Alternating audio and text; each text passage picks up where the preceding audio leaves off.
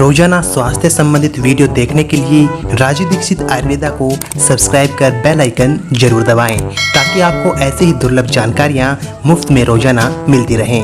फालतू साबुन ज़्यादा मत लगाओ। तो कैसे नहाएं? बेसन से नहाओ, चने के आटे से, मुल्तानी मिट्टी से नहाओ।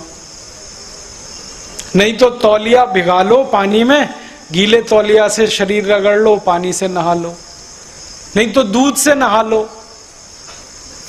हमारे देश में महाशिवरात्रि का त्योहार आता है, शंकर भगवान को दूध से ही नहलाते हैं। तो भक्त क्यों नहीं दूध से नहा सकते? जब भगवान नहा सकते तो भक्त नहा सकते। हम जब बुजुर्गों के पांव छूते हैं ना, तो वो आशीर्वाद देते हैं, दूधो नहाओ पूतो फलो। कभी किसी ने ऐसा आशीर्वाद दिया, लक्स लगाओ पूतो फलो।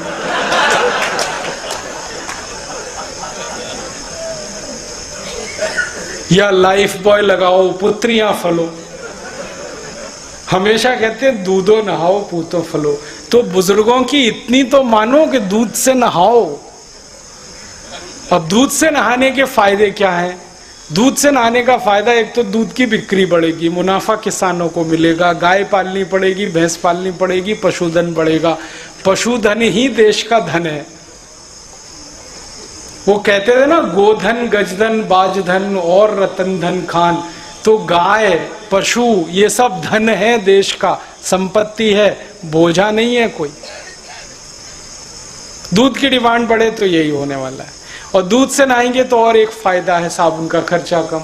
दूध से नहाए तो और एक फायदा, गंदगी निकल जाती है। आप थोड़ा दूध ले लो, चेहरे पे लगाओ, फिर रुई से चेहरा पूछो, एकदम काला काला रुई हो जाता है, क्योंकि गंदगी सब निकल आती है उससे। दूध एक अकेली चीज है पूरी दुनिया में जो लगाने के 2 मिनट बाद ही गंदगी को खींच लेता है। इसलिए ब्यूटी पार्लर में मिल्क क्लींजिंग होता है, सोप क्लींजिंग कहीं नहीं होता। तो आप सोचो, नहाना दूध से शुरू करो।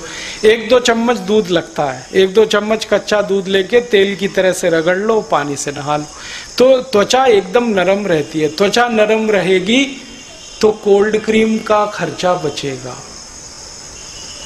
पामोलिव नहीं लगाना पड़ेगा, ओल्ड स्पाइस नहीं लगाना पड़ेगा, फेयर एंड लवली नहीं लगाना पड़ेगा। वो हजारों करोड़ का खर्चा बचेगा। लोग फेयर एंड लवली लगा लगा के परेशान है, कहते हैं इससे गोरापन आता है। मैंने एक भैंस को 4 साल लगा के देख लिया, वो अभी भी काली की काली है। दुनिया में ऐसी कोई क्रीम नहीं है जो काले को गोरा बना दे। जो काला है काला है, जो गोरा है वो गोरा है। और जो काला गोरा हो जाता फेयर एंड लवली से, तो अफ्रीका वाले तो सब गोरे होते। कोई क्रीम काले को गोरा नहीं बना सकती, ये तो मूर्ख बनाते हैं वो विज्ञापन। और हम कितना खर्चा करते हैं? 25 ग्राम फेयर एंड लवली 40 रुपए की है, 50 ग्राम 80 की, 100 ग्राम 160 की, 1 किलो 1600 रुपए की। अब 1600 रुपए किलो की क्रीम लगाते हैं, 400 रुपए किलो बादाम नहीं खाते। क्या मूर्खता है। बंद करो ये cream, powder, lipstick, nail polish सब बंद कर दो, फालतू का बहुत खर्चा बचेगा। फिर आप कहेंगे जी सुंदरता नहीं आएगी। सुंदरता गुण, कर्म और स्वभाव से आती है, क्रीम, पाउडर, लिपस्टिक से नहीं आती। जिसके गुण अच्छे हैं, कर्म अच्छे हैं, स्वभाव अच्छा है, वो सबसे ज्यादा सुंदर है। ये हमेशा याद रखो आप।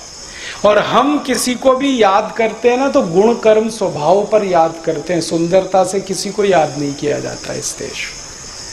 हम झांसी रानी लक्ष्मीबाई को याद करते हैं इसलिए कि बहुत गोरी थी, या कित्तूर चन्नम्मा को इसलिए याद करते हैं कि बड़ी गोरी थी, सुंदर थी। नहीं, उसने काम ऐसा किया देश के लिए, इसलिए याद करते हैं।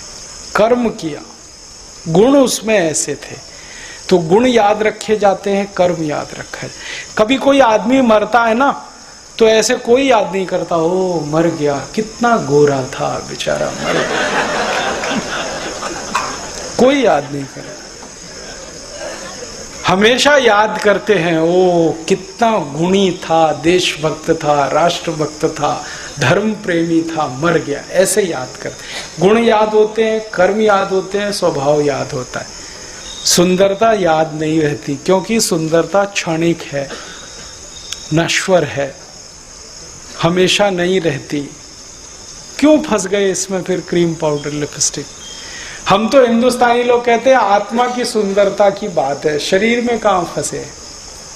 तो ये थोड़ा आप बदलने की कोशिश करो, बहुत देश का धन बचेगा। मैंने एक दिन छोटे छोटे ये हिसाब निकाले तो पता चला कि 2,32,000 करोड़ रुपए हम बचा सकते हैं अगर जिंदगी में एक सूत्र पालन करें, सिंपल लिविंग, हाई थिंकिंग। जीवन सरल हो, विचार उच्च से उच्चतम, इतने से ही 2,32,000 करोड़ बचा सकते। तो आप बचाने की कोशिश करो। अगर आपकी जिंदगी एक जोड़े जूते में चलती है तो दूसरा मत खरीदो तब तक जब तक वो फटे नहीं। एक जोड़े चप्पल में जिंदगी चलती है तब तक मत खरीदो जब तक वो फटे नहीं। 2 शर्ट 2 पैंट जब तक चल रहे हैं तब तक दूसरा मत बनवाओ जब तक पहला फटे नहीं। इस तरह का सोचना अगर हम शुरू कर दें, भगवान ने हमें गरीब नहीं बनाया, लेकिन हम गरीबी को समझकर सोचकर अपने जीवन में धारण करें ताकि 84 करोड़ हमारे गरीब अमीर हो जाएं, समृद्धशाली हो जाएं, वैभवशाली हो जाएं। हमें उनके लिए ये सोचना है। आप बस अपने जीवन में करो। और भारत का हर महान व्यक्ति यही किया। गांधी जी को देखो, बैरिस्टर पास, LLB LLM सब किया, टाई लगाने वाले, सूट पहनने वाले, कोट पहनने वाले सब छोड़ दिया, लंगोटी धारण कर लिया। उसी दिन से देश ने उनको महात्मा कहना शुरू कर दिया। श्री राम ने घर छोड़ दिया, महल छोड़ दिया, सुख छोड़ दिया, सुविधाएं छोड़ दी, वन में चले गए, कष्ट झेलना शुरू किया, तभी उनको मर्यादा पुरुषोत्तम कहना हमने शुरू किया। महावीर ने जब अपना घर छोड़ा, परिवार छोड़ा, वैभव छोड़ा, संसार छोड़ा, तो हमने उसको तीर्थंकर कहना शुरू कर दिया, भगवान मान लिया। गौतम बुद्ध ने जब सब कुछ छोड़ा, महल, सुख, सुविधाएं, तब उनको महात्मा कहा गया। इस देश में जिसने जितना ज्यादा त्याग किया वो उतने ही ऊंचे सिंहासन पर बैठा। यही हमारी परंपरा है। भोग करना हमारी परंपरा नहीं, त्याग करना। और त्याग करना तो देश के लिए, समाज के लिए, अपने भाई बांधवों के लिए। ये सोचकर अगर हम अपने जीवन को फिर से रीडिजाइन करें तो बहुत लाभ इस देश को होता है। और एक छोटी सी बात और, कि आप कुछ अपने जीवन में ऐसा करो, खर्चा और कम हो सकता, बीमार पड़ना बंद कर दो, बहुत खर्चा बचेगा। हर साल हम 6.5 लाख करोड़ रुपए खर्च करते हैं बीमारियों के इलाज पर, और इलाज नहीं हो पाता। कोई बीमारी ठीक नहीं हो रही, ना ब्लड प्रेशर ठीक हो रहा है, ना डायबिटीज ठीक हो रही है, ना हार्ट अटैक, ना कार्डियक अरेस्ट, ना ब्रेन हेमरेज, एक भी बीमारी ठीक नहीं हो रही। 6.5 लाख करोड़ खर्च कर रहे हैं हर साल। तो रास्ता क्या है? बीमार पड़ना बंद करो, तभी बीमारी ठीक होगी। बीमार पड़कर इलाज करें और पैसा खर्च करें, ये तो मूर्खता है। बीमारी ना पड़े तो क्या करें? थोड़ा योग कर लो, थोड़ा प्राणायाम कर लो। स्वामी रामदेव जी रोज सवेरे फोकट में सिखाते हैं 5 से 7:30 आस्था चैनल पे। कोई पैसा नहीं लगता, कोई फीस नहीं लगता। शुरू करो, चालू हो जाओ। थोड़ा भस्त्रिका कर लिया, थोड़ा कपालभाति कर लिया, थोड़ा अनुलोम विलोम कर लिया, थोड़ा उद्गीत कर लिया, थोड़ा प्रणव कर लिया। 6-7 प्राणायाम वो बताते हैं, वो आप ध्यान से कर लो। आधा पौना घंटे ही रोज कर लो तो आपका ब्लड प्रेशर, आपका डायबिटीज, आपका अर्थराइटिस, ऐसी 20 नहीं, 50 नहीं, सैकड़ों बीमारियों से आप बचेंगे। और दूसरों को करवा दो।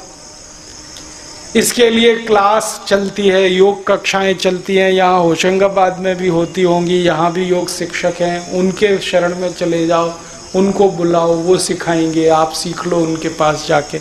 ये सब निःशुल्क है, इसमें कोई फीस नहीं लगती। ये सारे हमारे पदाधिकारी पहले योग शिक्षक हैं, बाद में पदाधिकारी हैं। ये सब कक्षाएं लेते हैं, सब सिखाते हैं प्राणायाम। हमारे यहाँ नियम ही है कि पदाधिकारी वही हो सकता है जो खुद सीखा हुआ हो और दूसरों को सिखाता हो। तो आप इनसे कभी भी सीख सकते हैं और खुद कर सकते हैं।